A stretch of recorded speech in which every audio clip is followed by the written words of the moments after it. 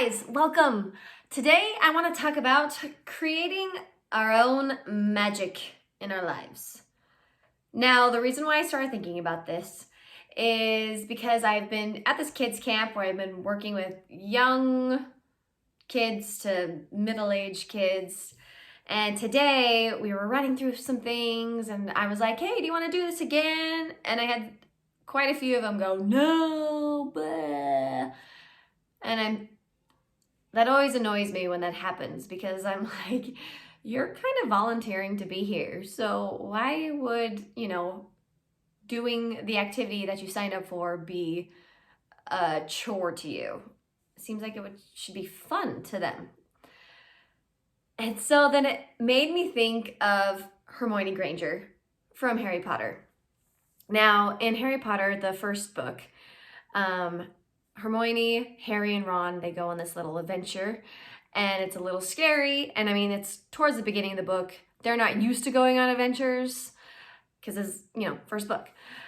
And Hermione, in one of her little parts, goes, how dare you to put me in that situation? We could have been killed, or worse, been expelled. So in her mind, being killed is not nearly as bad as it is as being expelled from the wizarding school. And, Ron and Harry are like, dude, priorities, what's the deal? But she came to my mind today, and I'm like, oh my gosh, Hermione is right. Hermione, she's been introduced to this magical world, and it's so special to her. She can't even imagine going back to her muggle normal life. And so, yes, in her mind, death would be way better than going back to normal life. And we kind of need to have that attitude towards our own muggle normal life. What are we choosing to do? And are we putting that joy into what we are choosing to do? So let's break this down a little bit. How to make our life a little bit more magical, all right? First, you need to be aware of your thoughts. Sometimes we get in habits of just complaining, no matter what we're doing. Even if we're doing something that we love, that we enjoy, that we chose to do, we still get in these complaining habits. So next time you find yourself complaining, think about, oh wait, is this a habit? Is it just like what my mind does when I'm in this position and who I'm talking to? Or are you complaining because you're trying to connect with people, to gain sympathy from someone, trying to be dramatic, trying to get a joke? Anyway, so that's your first step, trying to find magic in your own life. Why are you complaining in the first place? Figure out why. Just notice it. Because I guarantee sometimes you don't even notice that you're complaining. The second thing you need to be aware of is, did you choose to do this thing? Did you sign up for it? Did you try out for it? Audition for it? Apply for that job? Did you choose to put yourself in this situation? Most of the times, yeah. If you don't like your job, then why did you apply for it? Why are you staying here? There are plenty of wanted employee signs out there in the universe, right? You don't have to stay at that job if it's that bad, all right? So decide, think about it. Why are you there? How come you chose to do it? And why? Why did you choose to apply for that job? Why did you choose to say yes to this person? Why did you say yes to this? All right, and oftentimes just remembering that why, it's like, oh, because I like it. I actually do enjoy this. The way my mind works, having a why is totally huge. I often don't even say yes unless I absolutely know why I am doing it. And I've kind of had to grow into that. And in some cases, depending on who's asking me, I just say yes to those certain people because I trust them or we work well together. And sometimes the why isn't about the fun aspect of it. Maybe the why is, this is the best place for me to be so I can grow in this aspect, or it's going to pay me more so that I then can do things that I enjoy. So even though the why might not be, yay, this is fun, it still could be a really good why for you to be there and to find the magic in what you do. So my why I choose to be a teacher, it's not for necessarily money's sakes, but it's for my mental health. I love to get out and have a little bit more purpose. I like to be a little bit more busy.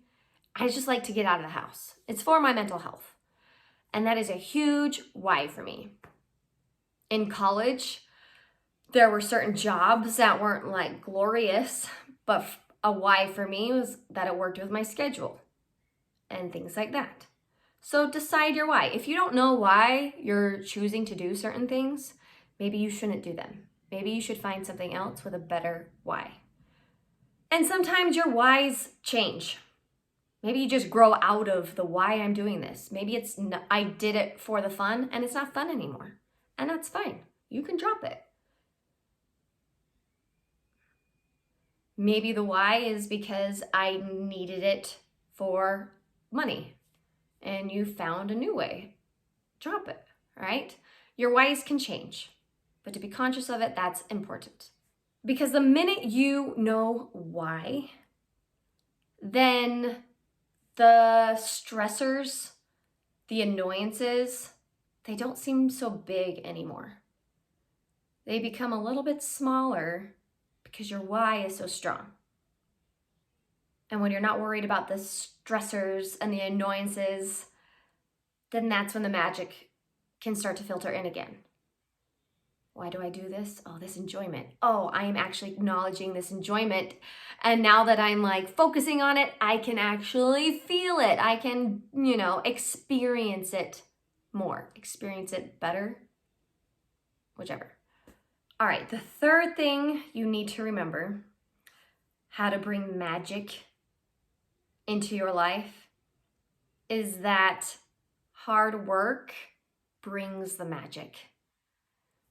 If you are choosing to do something because it's easy, that is not magical. That's kind of being lazy. The hard work that goes into something and to see the product that comes out of it, that is like the biggest magic moment out of everything. And so don't be afraid of that hard work. That's what I see in these young kids that are like, no, I don't want to do it again. They don't want to work hard for it. And then they don't actually get to feel the huge accomplishment afterwards. It's just kind of like, this is what I did. It was all right.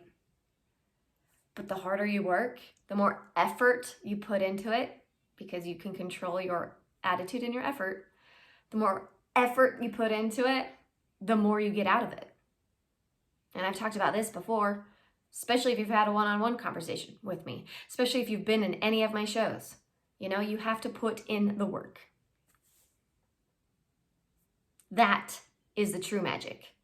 And Hermione did understand that too, because Harry and Ron, they complained about homework all of the time. And she didn't. She loved it. She relished in it. She wanted to learn every magical thing there could be, because she knew the more she knew, the better she'd be. The better she was, the more magical it was, literally and metaphorically. All right, Hermione understood that. We should understand that. Work hard. And the fourth thing that can help you find the magic in the things you're choosing to do is to remember or to realize the things that you would be doing if you weren't doing that activity. Like, let's say you have after-school activities that you're choosing to do. If you weren't doing them, putting the hard work into them, you would be at home relatively bored or doing stupid things that actually didn't help you grow as a person at all. The job that you have, if you didn't have that job, where else would you be working? What else would you be doing? Anything productive? anything to help your future. And that was a life lesson with Lindsey. What now, guys? What have you chosen to do today or next week or this week that you've decided, okay, I don't want to complain anymore. I want this to be more magical. So I'm going to remember why I chose to do it. I'm going to put a little bit more hard work into it because I know if I wasn't doing this, I'd be doing something lame. Peace out.